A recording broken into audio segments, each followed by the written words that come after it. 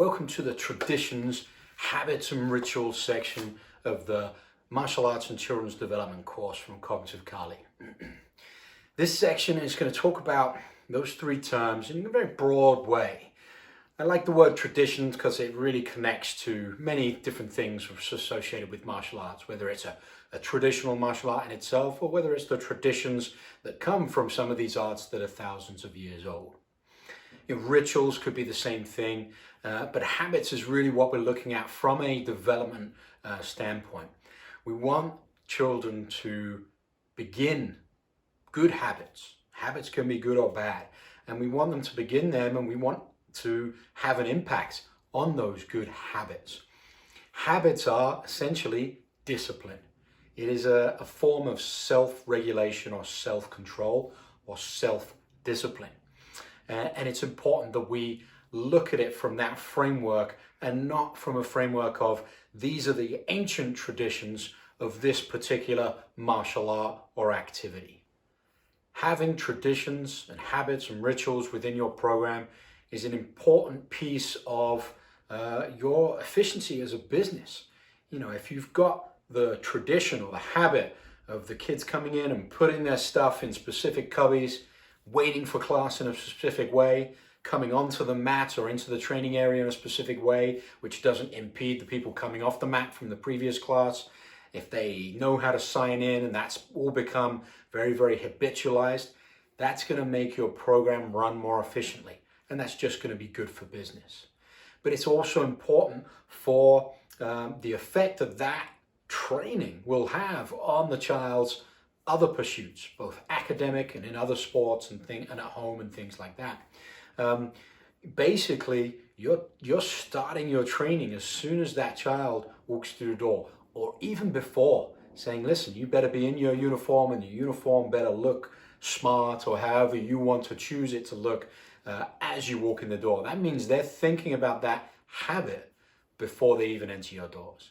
And if they know that they have to put their shoes in the cubby or their bag down here or their equipment over here and they have to stand here, or they should be warming up or stretching or catching up or doing whatever habit it is you want them to do, then that's part of their training as a child.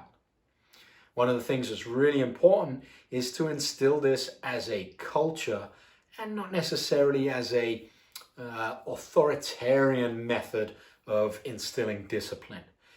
It's much better that if a child comes into your program, feels welcomed, and goes, wow, okay, everyone's doing this thing, and I'm kind of feeling weird that I'm not doing it. I'm just going to start doing it. Or that if you notice a child's like, oh, I don't know what to do, then you help them with that. Say, yeah, most of the time we put our shoes here because it's best for everyone. It doesn't get in everyone's way. It's better for you not to lose your equipment and things like that. And that comes to another really important point, is that there should be meaning behind your traditions, your rituals, your habits. Why do they have to do this thing?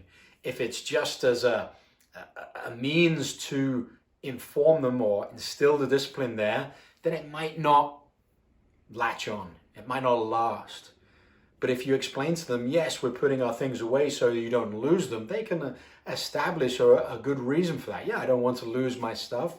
I'm proud of it. I like my uniform. I like my equipment. I won't be able to train if I don't have it. And by putting it here, I know I'm not going to lose it. That gives a much deeper reason for them to do these habits, these rituals, these traditions. They don't have to be part of the ancient art, whether it's from the salutation or the bow, the uniform itself.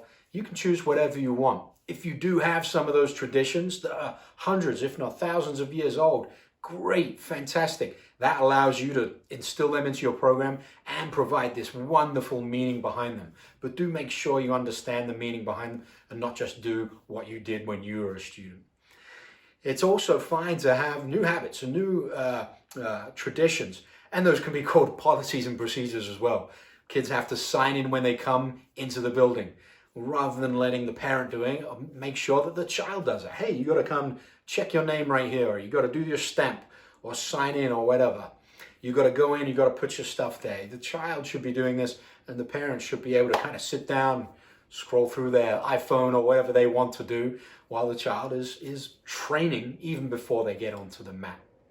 So the meanings behind them are really important, but it doesn't have to be this ancient tradition. you can come up with your own habits, your own rituals, your own traditions. How do we do that? Well, I mentioned a couple. Signing in, that's a typical thing we have to do. Putting belongings in certain places.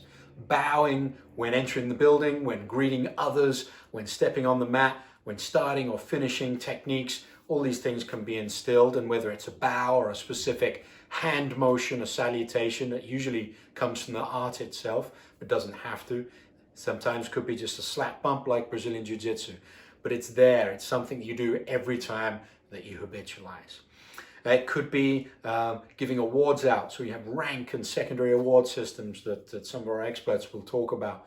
It could be an event that you hold. Hey, every month we're going to hold this cool fun game. Or every year we're going to have a bigger kind of bonanza, which is we're going to have yearly awards and things like that. As long as it's consistently done every year, every month, every week, every day, every time that you step onto the mat. So no matter what your habits and traditions are, just make sure they're consistent. Make sure that they are not reinforced negatively, that you have positive reinforcement there. And make sure that no matter what, the children and the parents and anyone who enters your building, they feel welcome and they feel like they want to participate in all of these traditions and habits because it's part of a positive environment for them and for their children. So enjoy the course, bounce around as much as you like, reach out on the Cognitive Carly Online Training Community Group on Facebook if you have questions, or you can reach out to me at paul@cognitivecarly.com. Enjoy the course.